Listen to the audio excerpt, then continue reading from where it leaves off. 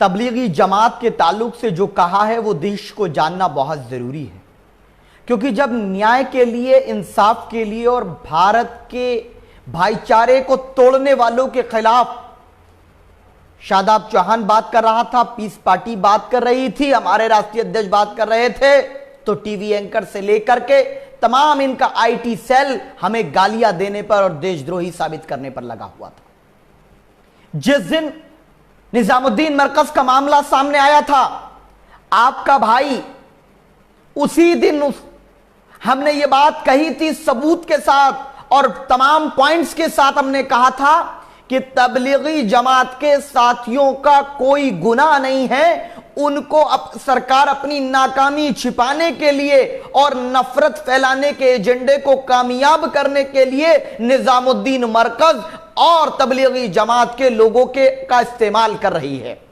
यह बात हमने तब कही थी और आज बॉम्बे हाई कोर्ट ने जो कहा है वो बहुत काबिले तारीफ है और लगभग वही है जो हमने उस वक्त सबूतों के आधार पर कहा था। आज बॉम्बे हाई कोर्ट ने कहा कि तबलीगी जमात के लोगों को बलि का बकरा बनाया गया, उनके खिलाफ दुष्प्रचार किया गया और उनके खिलाफ सभी एफआईआर को रद्द किया जाए। यानी जो भी उन पर इल्जाम लगाए गए वो निराधार हैं, गलत हैं। ये शब्द मेरे नहीं हैं, मेरे तब थे, मेरे ये उस प्रकरण होने के अगले दिन थे और जब पूरा बीजेपी आईटी सेल हमारे पेज को रिपोर्ट कर रहा था, मेरी आईडी को ब्लॉक कराने की वो कर रहा था, हमको गालियां लिखी जा रही थी। और जब ये बात मैंने न्यूज चैनल्स पे कही थी, तमाम नेशनल चैनल्स पर मैंने सीना ठोक कर कहा था, तो मुझे कहा कि तुम गद्दारों के साथ हो, तुम देश के दुश्मनों के साथ हो। मैंने कहा कि वो लोग देश के दुश्मन नहीं हैं, देश के दुश्मन वो लोग हैं जो उनके नाम पर नफरत फैला रहे हैं, भारत के भाईचारे को, देश के हिंदू को मुसलमान से, सिख ईसाई आपस में लड़ाने का काम कर रहे, वो देश के दुश्मन हैं। और आज वो बात बॉम्बे हाई कोर्ट ने की, हम स्वागत करते हैं। और मैं दो मांग भी करना चाहूंगा। पहली मांग मेरी भारत सरकार से है, खास करके महाराष्ट्र सरकार से, कि जिन जजों ने, बॉम्बे हाई कोर्ट के जिन जजेस ने तबलीगी जमात के हमारे साथियों को बेगुनाह बताया और एफआईआर रद्द करने का आदेश दिया है, उनकी सुरक्षा बढ़ाई जाए। हमने देखा है कि राजस्थान में कोर्ट पर भगवा झंडा लहराया गया था। हमें डर है कहीं कुछ लोग असामाजिक तत्व कहीं उन जजेस पर हमला ना कर दें। जिन जजेस ने यह न्याय किया है इस दौर में, मैं उनको सलाम करता हूं, सैल्यूट करता हूं और महाराष्ट्र सरकार से उनको सुरक्षा देने की मांग करता हूं।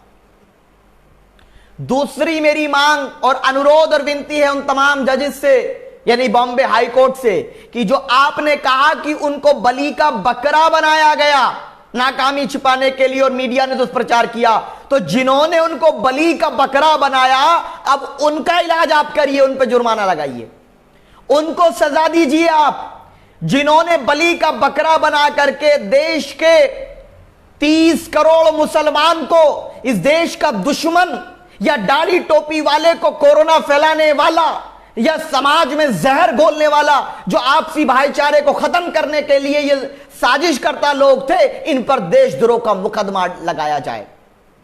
डॉक्टर अय्यूब साहब अगर शांति, न्याय की और ईश्वर ये संदेश की बात करें तो एनएसए लगा दोगे, देशद्रोही कह दोगे।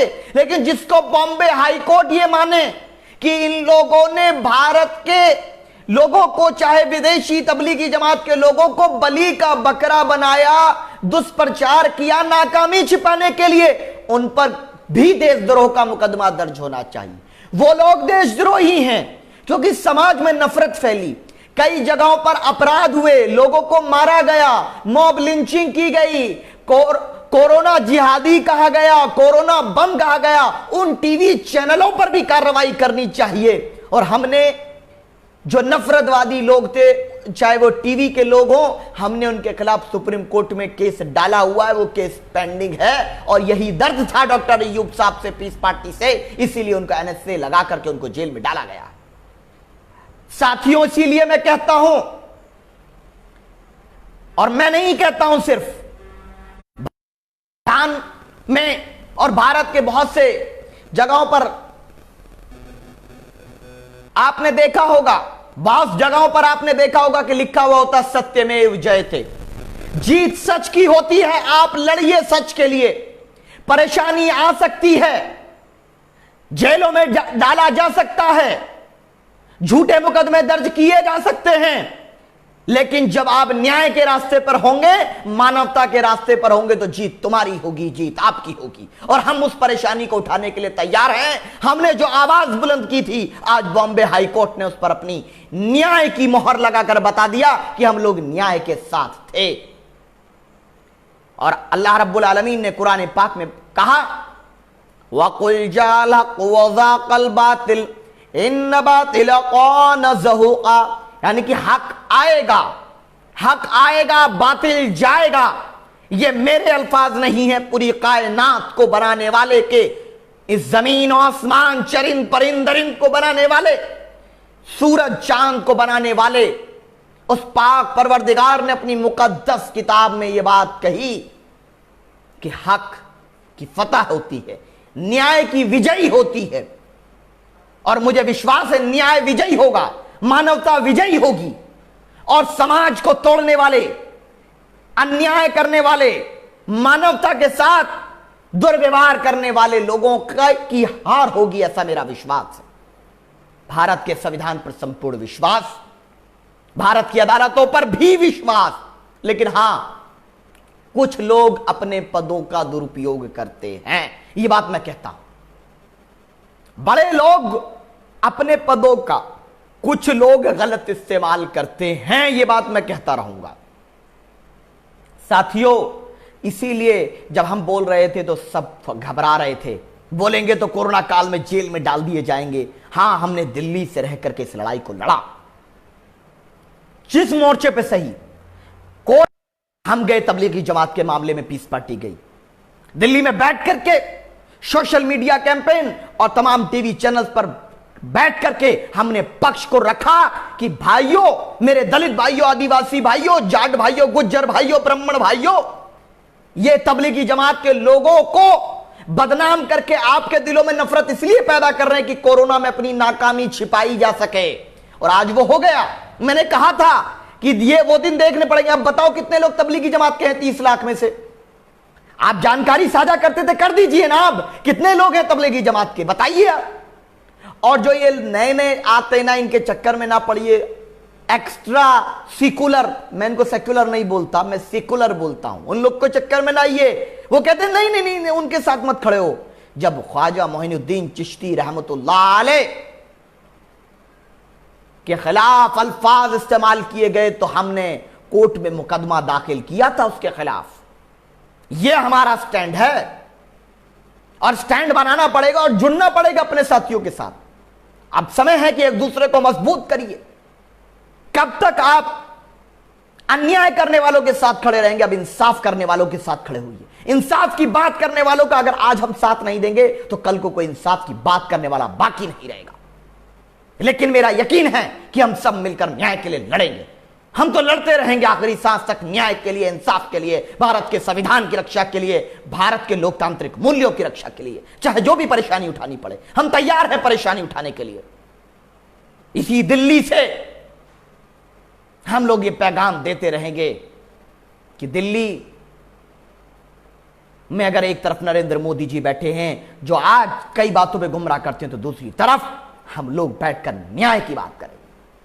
जिस दिल्ली से बैठकर आप बात करोगे, उसी दिल्ली से बैठकर हम बात करेंगे। बराबरी की बात करेंगे, न्याय की बात करेंगे, मानवता की बात करेंगे, महिला सशक्तिकरण की बात करेंगे, रोजगार की बात करेंगे, तरक्की की बात करेंगे, बिजनेस की बात करेंगे, कारोबार की बात करेंगे, किसानों की बात करेंगे, बुनकरों की बात करेंगे, दलितों की बात करेंगे, बात करेंगे गुज्जरों के जो एनकाउंटर किए जा रहे हैं उत्तर प्रदेश में, उनकी बात करेंगे। लेकिन आप हम लोगों को यहीं रहना है, यह हमारा देश है। अपने देश की तरक्की की सोचना हमारी जिम्मेदारी है।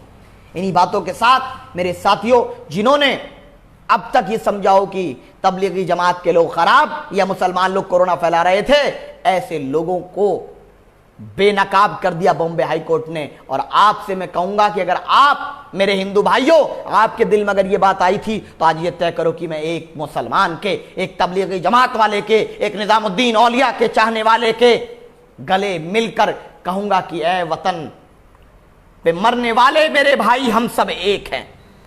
हमें याद है ब्रिगेडियर उस्मान की कुर्बानियां, हमें याद है वीर अब्दुल हमीद की कुर्बानियां, हमें याद है अशफाकुल्लाह खान, हमें याद है तारीख भारत की जंग आजादी की लड़ाई में जो किरदार निभाया है टीपू सुल्तान रहमतुल्लाह अलैह ने।